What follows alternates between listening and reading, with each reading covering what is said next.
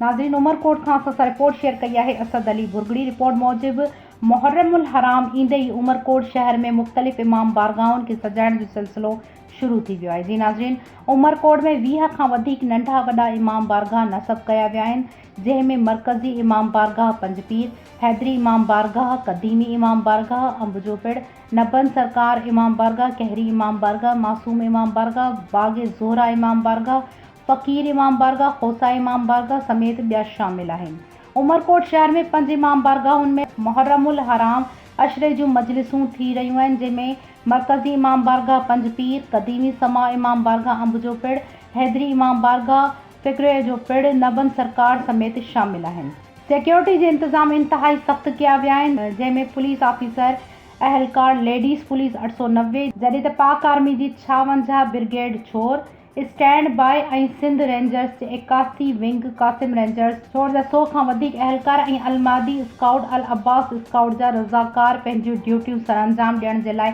इंतज़ाम मुकमल करे छॾिया आहिनि।